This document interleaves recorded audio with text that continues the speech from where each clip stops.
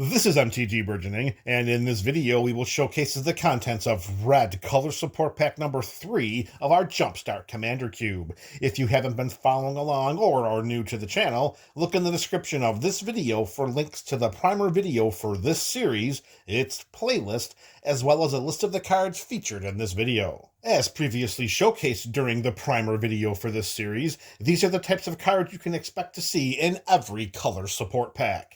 Now, with the prologue coming to an end, let's start spotlighting some red support cards, beginning with some basic lands. We have 3 basic mountains to kick off this support pack, which I'm sure is a shocking development to the MTG BC.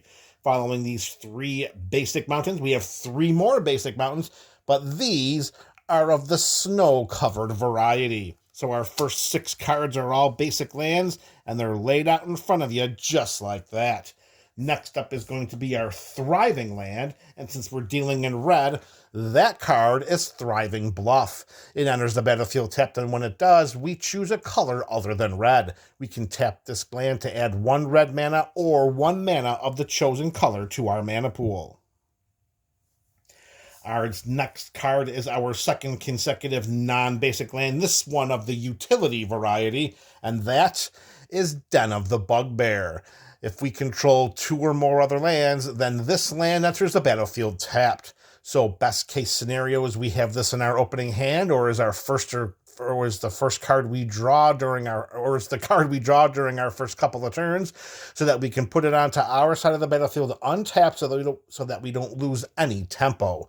We can then, tap this to add 1 red mana to our mana pool, or we can pay 3 in a red mana, and until end of turn, Den of the Bugbear becomes a 3/2 red goblin creature with, whenever this creature attacks, we create a 1/1 red goblin creature token that's tapped and attacking. And of course, the land is still a land.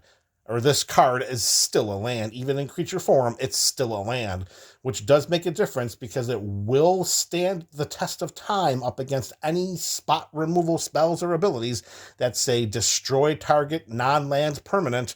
Well, Den of the Bugbear is not going to have that happen even in its creature form because it's still a land.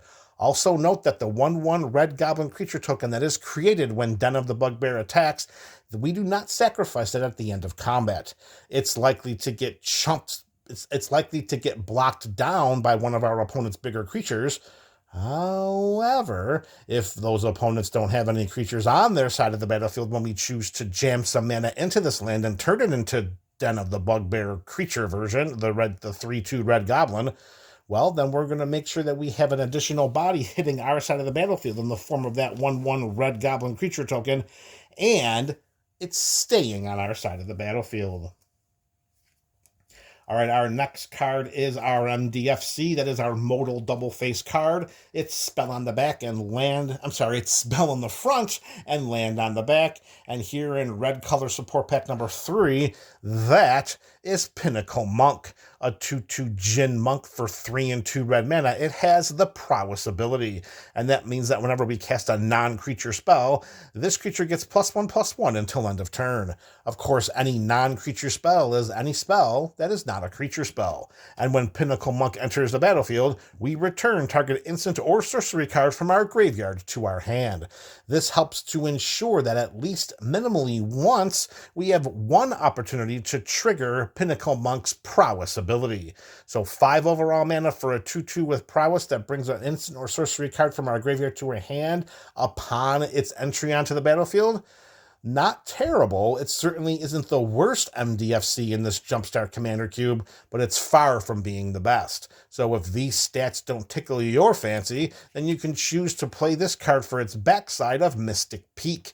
It enters the battlefield tapped, and when it does, we can pay 3 life, and if we don't, then that bad boy stays tapped when it ETBs. Then it gets back to our next turn and untaps, and then we can tap it to add 1 red mana to our mana pool. And since it does have the land option, it being an MDFC, we're going to slam it up there on top with the rest of our lands. All right, our next card is going to be our Planeswalker slot in this color support pack, just like every color support pack before it and every color support pack after it. And in here, red color support pack number 3, we have Jaya, Fiery Negotiator. She enters the battlefield with 4 loyalty counters for an investment of 2 and 2 red mana. That's a very good return on loyalty per mana spent. That's a 1-to-1 ratio. And look at all of those abilities that Jaya gives us. Did I say Naya earlier? I sure hope I didn't say Naya. I hope I don't have Nia Jax on the mind. That should be Jaya, Fiery Negotiator. All right, so Jaya's first ability is +1. We add a loyalty counter to her to create a 1/1 red monk creature token with prowess. Oh, look at that, a little mini prowess theme when teamed with Pinnacle Monk. Next up, we can remove a loyalty counter from this version of Jaya to exile the top 2 cards of our library. We choose one of them, and we may play that card this turn.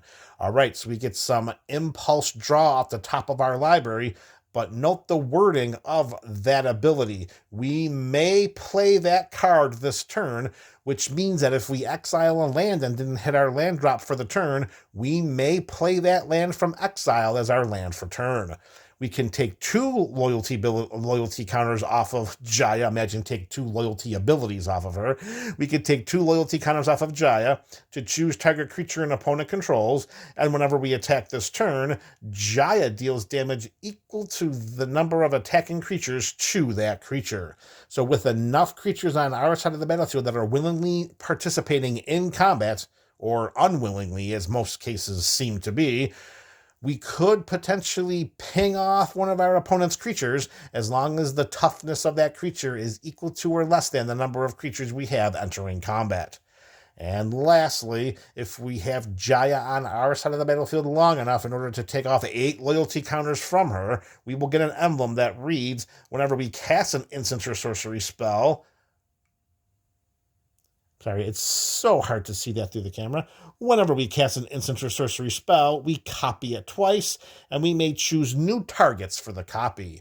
So depending on the instant or sorcery spells that are in this pack or in our Jumpstart Commander deck, which will also be comprised of 2 other color support packs and a commander pack, that -8 ability might be something that helps us to just claim victory, or maybe it's enough to manage the battlefield or eradicate a bunch of things on our opponent's sides of the battlefield. We won't know until we know what's in our deck. But Jaya and her bevy of abilities, I mean, we're investing 4 mana for 4 loyalty and 4 loyalty count. I'm sorry, we're investing 4 mana for 4 loyalty counters and 4 Planeswalker abilities. That is a fantastic rate of return on our investment, making Jaya a sneaky good play in this color support pack. All right, our next card is our color strengths. Oh, I skipped it. My mistake. We're not at the color strength spell yet. Our next card is our creature modifier, which is either an aura or an equipment. And in this color support pack number 3 of the red variety, it is an equipment called Battle Mage's Bracers. For 2/1 red mana with an equip cost of 2 generic mana, equipped creature has haste, and whenever an ability of an equipped creature is activated, I'm sorry, not unequipped creature, whenever an ability of equipped creature is activated, if it isn't a mana ability, we may pay 1 generic mana. If we do, copy that ability, and we may choose new targets for the copy. So any kind of abilities that have an attack trigger, we could pay an additional generic mana if Battle Mage's Bracers is attached to that creature, and we can copy that ability. So far, all I'm looking at right now is the 3/2 Goblin that Den of the Bugbear can become. We activate that ability, slap the Battle Mage's Bracers onto that land, send it into combat, the attack trigger triggers, we can pay a generic mana, and now suddenly we're not getting one red, we're not getting 1 red 1/1 goblin creature token that's tapped and attacking, we're going to get 2. Now, that's a lot of mana investment for just an additional 1/1 red token, and I'm pretty sure that we'll have other ways in which to get the best out of Battle Mage's Bracers copying ability. Minimally, The haste granting ability should be more than enough for an equipment, particularly if we end up with a commander pack that has a Voltron commander at the helm. Now we're going to go for our color strength spell, and if we're talking red, we're talking about impulse drawing of cards. We're talking about mana acceleration, and Big Score checks both of those boxes. Instant speed for 3 and 1 red mana. As an additional cost to cast the spell, we discard a card. We draw 2 cards and we create 2 treasure tokens. Of course, we can tap and sacrifice a treasure to add 1 mana of any color to our mana pool. So the overall investment of 4 mana and 1 discarded card nets us 2 cards and 2 treasure tokens. We like the rate of return on that spell, and we'll take that every day of the week and twice during Friday Night Magic. All right, our next card is the first of our 2 spot removal and disruption spells in the color red. And our first one is Cathartic Pyre. An instant for 1 and 1 red mana, we choose one of the following 2 modes. Either Cathartic Pyre deals 3 damage to target creature or planeswalker, or we discard up to 2 cards, then draw that many cards. So here, stapled onto this spot removal spell, is another impulse draw card where we can discard up to 2 cards, then draw those many.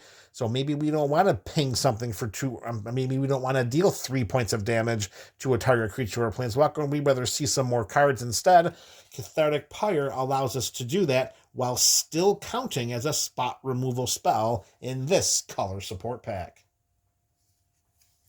Our next spot removal spell is one of Red's most powerful, and that is Wild Magic Surge. Instant speed for 2 red mana, we destroy target permanent an opponent controls. Its controller reveals cards from the top of their library until they reveal a permanent card that shares a card type with that permanent. They put that card onto the battlefield, and the rest on the bottom of their library in a random order. So we all know what this is. This is similar to what a Chaos Warp can do, just at a not at the same scale, because Wild Magic Surge is certainly going to replace whatever the permanent was with a permanent of the same type. We just have no idea what that's going to be. Is it going to be a creature that we destroy and they put in a lesser creature or a more powerful one? What if it's a planeswalker? What if it's an artifact and enchantment? You know, the list goes on and on. That's the beautiful part of red, folks. Impulse, impulse, impulse. We're going to cast it, we're going to love it, and we're going to have so many stories to tell about it upon its resolution, not its revolution. Okay, shifting away from spot removal in red to mass removal, I present you Shatterstorm, sorcery here for 2 and 2 red mana, and it simply destroys all artifacts. They cannot be regenerated. Every artifact on the battlefield, including any potential artifact lands, they all go bye-bye. Next up in our last mass removal spell of this pack, it is Star of Extinction, sorcery speed here for 5 and 2 red mana. We destroy target land. All right, now just stop right there. MTG Burgeoning is not a proponent of land destruction. There should be very few lands in this Jumpstart Commander Cube that are worthy of destruction. Actually, check that. There's probably more than just a few. But still, I personally am not a proponent of land destruction. This just seems like it's a card that needs to be included for the type of play and interactive environment that this Jumpstart Commander Cube wants to be. At least that's what the other members of the play group told me when they voted me out of not including Star of Extinction. So the star is in, it's going to destroy target land, and then Star of Extinction deals 20 damage to each creature and each planeswalker. Outside of having protection from red or indestructibility, that really should wipe the battlefield clean of all living things. All right, we're at the 75% mark of the cards in this video, and the next one is going to be our hate or defense card, and that is Circle of Flame, an enchantment for 1 and 1 red mana. Whenever a creature without flying attacks us or a planeswalker we control, Circle of Flame deals 1 damage to that creature. So this pretty much prevents all 1/1 creatures and 1/1 non-token and token creatures from attacking us outside of any type of peripheral Anthem boost, because if they only have a 1 toughness and they decide to come our way, or they decide to come in the way of one of the planeswalkers we control, Circle the Flame is going to say, no, and it's going to deal 1 point of damage to each of them, and I'm just going to deal 1 point of damage to each creature that's attacking us, and then that's going to be the end of that. All right, our next card is going to be our Resource Advancement card, and here we're looking for generally cards in hand, mana advancement, ways in which to advance our side of the battlefield, our board state. And that card in this pack is a Tali Primal Storm, a 6/6 legendary elder dinosaur for 4 and 2 red mana. Whenever a Tali attacks, we exile the top card of each player's library. Then we may cast any number of spells from among those cards without paying their mana costs. Best case scenario, we cast 4 spells and really add to our side of the battlefield. And if we are able to hit this more than once, we should be able to create a chasm-like disparity in board state and resources that should completely tilt the battlefield in our favor, leading us to eventual victory. And also note, as we were talking about Battle Mage's Bracers earlier, equipping that onto a Tali Primal Storm and paying that 1 generic mana will allow that ability to trigger again. So not only are we going to cast potentially 1 spell per player from the top of their library, that might end up being 2. All right, our next card is going to be our Combat Enhancement card. And for this color support pack number 3 of the red variety, it is Immobilizer Eldrazi, a 2/1 Eldrazi drone for 1 and 1 red mana. It should be pointed out that this card has Devoid, which means it has no color. How often that will be a thing during Jumpstart Commander play remains to be seen. However, it's still in this pack, and it's still going to do some, shall we say, combat enhancing by allowing us to pay 2 generic mana and 1 colorless mana to have each creature with toughness greater than its power unable to block this turn. So think a lot of white creatures, a whole heck of a lot of, maybe not so many green creatures, but that's a lot of potential creatures that cannot block as long as their toughness is greater than their power. And we should have very little trouble generating that colorless mana. I know the generic mana will be very simple for us to pay, and as we're looking at here, we have no colorless mana options. That's just because we have yet to showcase any of the colorless support packs. All right, next up, or shall we? Nah, we'll save them to the end. All right, or maybe we already have. You'll have to go and check at the MTG Burgeoning page to see if we have indeed sprinkled in some of those colorless support packs in between some of the color support packs. All right, this brings us to the last card of this pack, and if you've been following this series along, you know it's our iconic creature type. For red, it's dragons. We just don't know which dragon it is. Well, we do now. It is Hellkite Courser, a 6/5 dragon with flying for 4 and 2 red mana. When Hellkite Courser ETBs, we may put a commander we own from the command zone onto the battlefield. It gains haste, and we return it to the command zone at the beginning of the next end step. So this is pretty much we get to play with our commander free for a turn, and note that we are not casting our commander from the command zone, so it does not accrue any commander tax. This is pretty much Hellkite Courser's way of thanking us for including him in our deck.